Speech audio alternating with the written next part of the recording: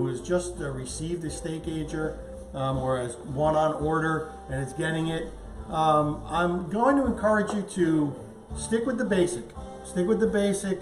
Go do yourself a nice subprimal from a big box store, maybe Costco or one of those, or if you have a relationship with a butcher and you can get something nice, truss that up, put it in your Steakager, and get under your belt at least one session of dry aging beef as intended for the Steakager, and then start to venture out, or maybe do another one, or do another cut of beef, and then start venturing out into some of the other things we see. Make sure you check on the Steakager family group and ask the questions like Jesse did, you know, because there's a lot of experience. There's, you know, guys, including myself, who have been on the Steakager family group since 2015. So we have a lot of knowledge, and we're more than happy to share it with you. But if you see something that interests you out there on the internet somewhere, check in with the guys in the group and the gals, and see, because they may save you a lot of time and heartache and money. So we're going to get right to it. So I've got these two beautiful racks. One's a little bit bigger than the other. You can see that I trussed them up, and they hung in my Steakager just like this. You know, had them both hanging just like this. You can see they got a little curve in them. The twine got a little bit loose here, but not the horizontal ones, which is really cool. So we're going to go ahead. I'm going to start out with this big one here, and my implements of destruction. I've got a regular chef's knife. I have a boning knife. These are all very inexpensive. This is actually the Meeson, which I love. It's about $55. There's probably a great sale going on right now. And if you look for my holiday gift giving guide, you can get a discount code, which is pretty cool. And then I've got my scimitar, which is a classic butcher's knife. So we're going to go ahead and take this off. Yes? And I was like, as you're doing that, if anybody has any questions, just type them out, and I'll read them to Eric. Lynn will get to them as quickly as she can. She is monitoring about 5 or 6 different sites. So, six. All right. So Marcus Wood said hi. Kevin said hi. What's up, Kevin? What's up, Marcus? All right, so let me point out to you, and again, it's shown on that video of my prep and load-in. You can see this white stuff here. This is lard. This is pork fat. There were some areas that there was no fat cap. So I took a little bit of lard and I just smeared it on there just to cover those spaces. I did not cover the whole thing. You can see it here on this one too. I just did a little bit of area, which is perfectly fine. The question has been asked about the butter coated and, you know, covering the whole thing. That defeats the purpose of dry aging. You want the airflow to get directly to the meat, and having it coated like that will prevent that from happening. So if you were considering doing a butter coated one, I just saved you a lot of money in butter. So, all right, so I'm going to take these strings off. Let's see what we've got. Now, we've done these pork videos before, but I figure there's some new people, a lot of new people actually. And Matt Hayden said, hey, how long's it been aged for? All about educating the people. So I had planned for 45 days. Life got in the way. It's more like 50, which will be the longest I've ever done pork. So I'm pretty excited, because I got to tell you, that 45 day is phenomenal. Absolutely phenomenal. All right. I am going to take paper towels and I'm going to just wipe off some of the lard, because it's just kind of messy.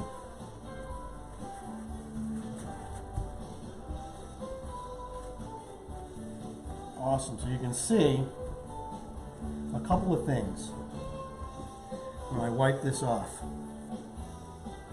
You can see that area that was exposed right here. And you can also see that beautiful marbling going through. It's absolutely stunning. Smells good. I will say, as always, Kevin has shared an odd question. As always. Thanks, Kevin. Do you know whether or not dry aging eliminates the potential for trichinosis?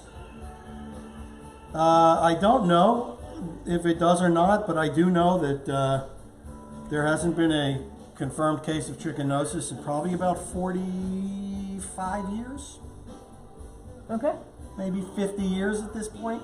And I'm sure Kevin will go out to Google and fact check, but it's okay, Kevin, I wouldn't hesitate to put pork into your Steakager. There we go. Oh, wait.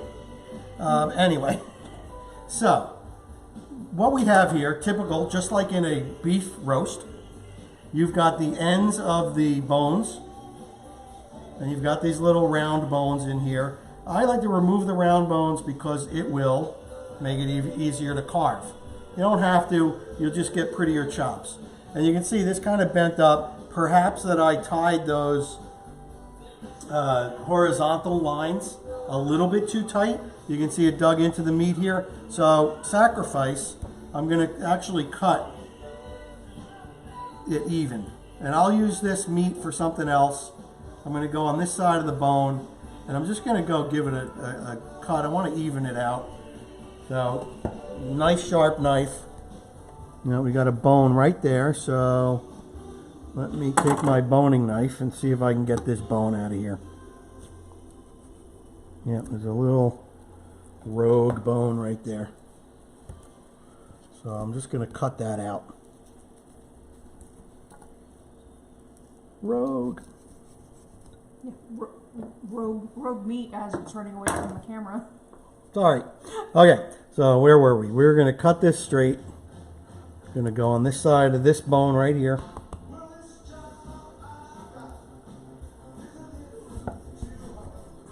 Oh, got another rogue bone in there.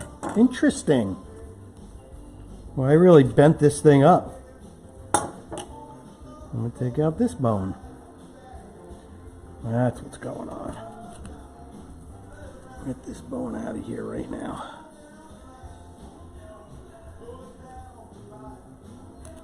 It's cutting along the side of the bone. You're going to have to cut it out, unfortunately, because it's twisting. So did that happen because of how you tied it, do you think? Yeah, probably, but we're going to see. All right, so we're going to get rid of this piece. Or either that or the pig had a broken rib. Right. I'm going to go with a double. Yeah, these bones are really curved on this guy. Let's see if I can do this. Get through here. I'm going to show you an example of why you want to take that round bone out. I'm going to do a double chop. I'm going to go on this side of the bone.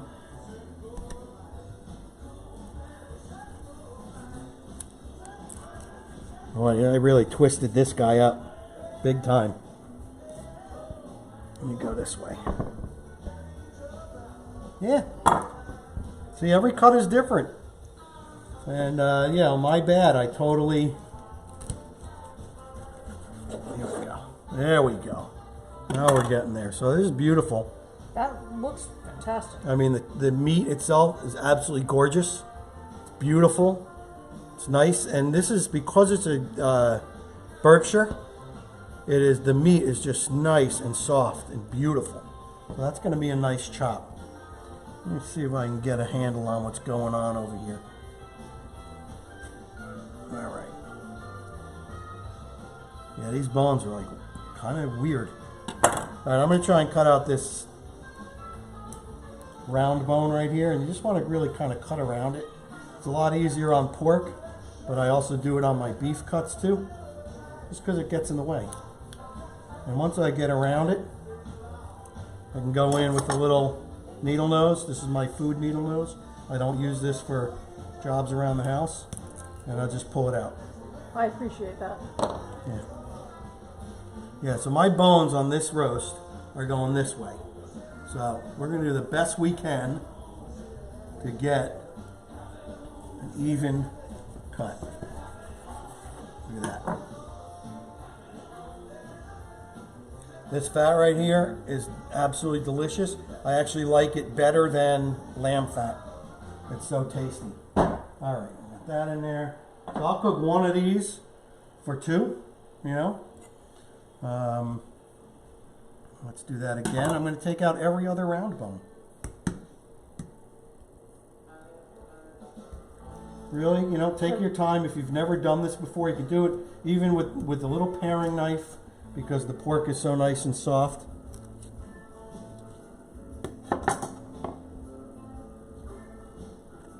Once you get it cut around, you're just going to go underneath it and pull it out. And you're only doing it every other one because you're... I'm going to do double chops. Okay. This way, if I want, you know, later, say I want to make the pork, I can actually have them thick enough and I can stuff them if I want, which would be delicious. Pull it out. And now, so here's where it was. Now that lets me cut this double chop. So I'm going on this side of this bone, and I'm going on that side of the top of that bone. And that's where I'm going to get my cut.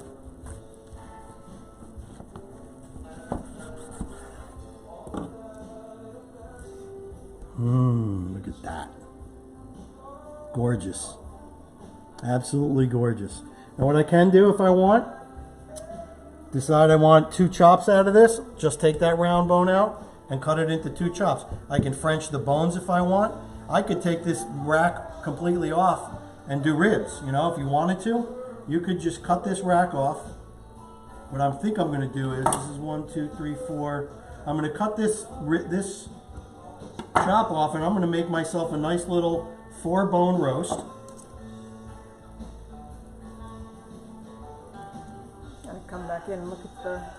And what I'll do is I will, before I cook it, I'll tie it back up again so it holds its shape during cooking. Getting underneath it. When you remove those bones from beef, yep. Is it about the same? Well, they're deeper and they're bigger, so it takes a little bit more time. But it's the same concept. You want to cut them off so when you're carving it, it's easier to do. And we want them on the roast because for dry aging, because as you can see, when I pull these things out, it leaves a hole. And we do not want a hole in the meat before we start dry aging. Let's see, this one's being a little bit ornery because it's bent in.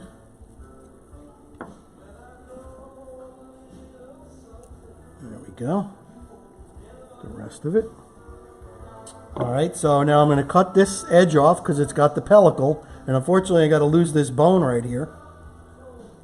But that's okay. And Kevin did his fact check. But it's mostly in bear meat. Okay, cool. Thanks, Kevin. We're not going to dry age any bear. All right. Now this is beautiful. These cuts right here. And going forward, you've got almost what is a spinalis here, which is what it is, basically. So what I'm going to do is I'll tie this up so it gets nice and round like this, and I'll make this roast. It'll be beautiful. It smells so good. Now, you do have a little bit of pellicle around. For those new people, the pellicle is that crust that forms. This is covered in pellicle. It forms in the first 2 weeks of dry aging. So I'll take my boning knife, in this case, and since usually we'll cut all our steaks or our chops and then take care of each one individually. But since I'm going to use this as a roast, I'll just kind of go ahead and very thin, like 1/8 of an inch. You really want to just do it to the meat till you get down to that good meat. This you really need a nice sharp knife for, as you can see. I'm just going to skim the surface.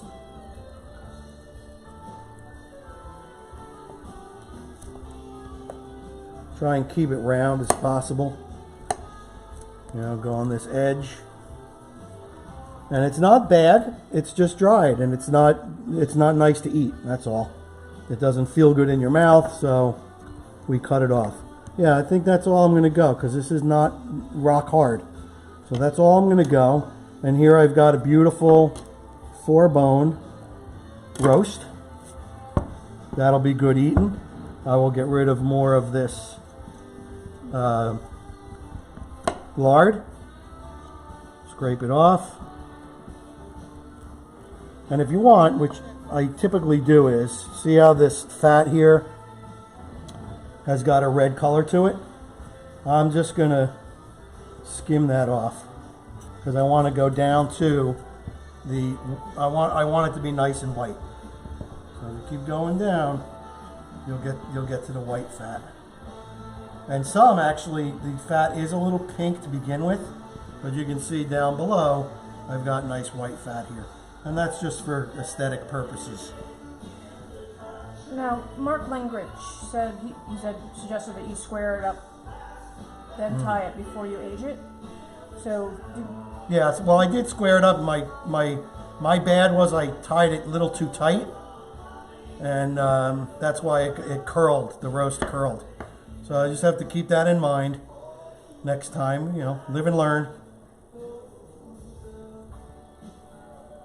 Nice, you can see that beautiful white fat coming out. Love it. And again, take your time doing this. There's no rush. Make sure when you're going to break down a roast that you're giving yourself enough time, that you're not rushing through it. There we go. Beautiful 4-bone roast. Love it. All right. So you can see this is all I've cut off, plus the end pieces. This maybe I'll use when I make pork stock. It just smells beautifully. So that's what I took off that one roast. And yeah, not a whole lot of, nothing going in the garbage except those round bones.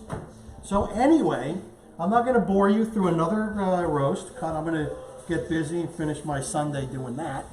And more information about the Steakager, www.thesteakager.com, and check out our beautiful Pro 40. You can get dual mode. They all come with the availability of being upgraded to a dual mode, so you can buy the accessories to make that happen. And they're shipping out really quickly. And you know, what better holiday gift for yourself or someone you love who loves great dry aged beef, or in this case pork. And if you want to learn a little bit more about me, I am the Grateful Chef. My website is www.eatingwithcheferic.com, and I have a Facebook group as well called The Grateful Chef with Eric Eisenbud. Have a great Sunday, guys, and be well, eat well, and be kind.